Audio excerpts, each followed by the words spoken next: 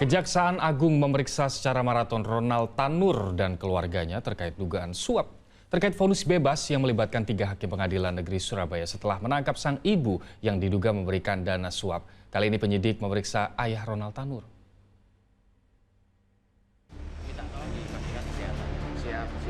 Mantan anggota DPR RI Edward Tanur yang merupakan ayah Ronald Tanur Selasa pagi diperiksa di Kejaksaan Tinggi Jawa Timur. Pemeriksaan sebagai saksi terkait kasus suap terhadap Majelis Hakim Pengadilan Negeri Surabaya yang diduga melibatkan istrinya.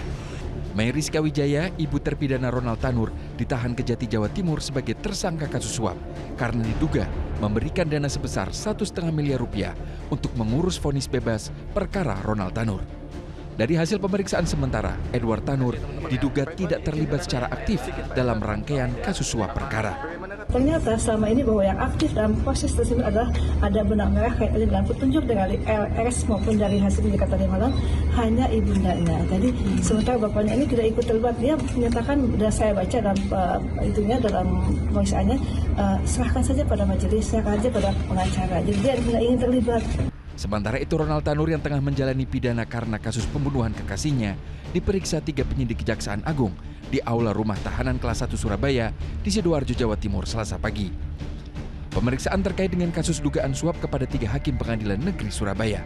Warga kami Ronald Tanur ya, bahwa dilakukan pemeriksaan dimulai pada pukul 10.30. Dilakukan oleh 3 orang rekan kita penyidik dari Kejaksaan Agung.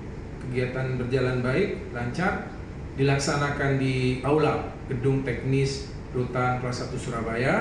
Dalam kasus dugaan praktik suap terkait vonis bebas Ronald Tanur, selain menahan ibu kandung Ronald Tanur, Kejagung juga menahan 3 hakim Pengadilan Negeri Surabaya serta mantan pejabat Mahkamah Agung, Zarof Richard, dan pengacara Lisa Rahmat.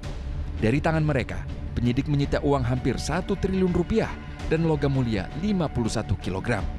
Tim Liputan melaporkan.